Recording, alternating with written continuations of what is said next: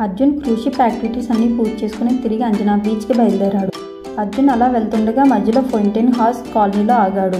అక్కడ ఉన్న కలర్ఫుల్ బిల్డింగ్స్ని చూసి చాలా అమేజింగ్గా ఫీల్ అయ్యాడు. ఆ ఇళ్ల మధ్యలో నడుస్తూ కొన్ని ఫొటోస్ కూడా తీసుకున్నాడు. ఈ ఫౌంటైన్ హౌస్ కాలనీలో ఇల్లులు అన్నీ పోర్చుగీస్ స్టైల్లో రంగురంగులుగా నిర్మించారు. ఇవి చూడడానికి కలర్ఫుల్గా మరియు ఎంతో అట్రాక్టివ్గా ఉన్నాయి. అర్జున్ కొంచెం షాపింగ్ చేద్దామని అనుకొని అంజనా బీచ్ ఎంట్రన్స్లో ఆగాడు.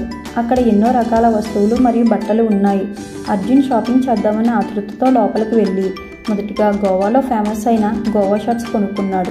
మరియు గవ్వలు ఇంకా ఒక డ్రీమ్ క్యాప్చర్ను కూడా కొనుక్కున్నాడు. ఈ డ్రీమ్ క్యాప్చర్ ఎంతో అందంగా ఉంది. ఇక సాయంత్రపు సమయంలో ఆ వాతావరణం మరియు సన్సెట్ అర్జున్కి చాలా ప్రశాంతంగా అనిపించింది. బీచ్ పక్కన ఫేమస్ అయిన ఈవా కెఫేకి వెళ్ళాడు అర్జున్. అక్కడ అందరూ ఆటపాటలతో బీచ్ వైపుని ఎంజాయ్ చేస్తూ డిఫరెంట్ టైప్స్ ఆఫ్ ఫుడ్ని తింటూ ఆ టైంని అలా సరదాగా గడిపారు.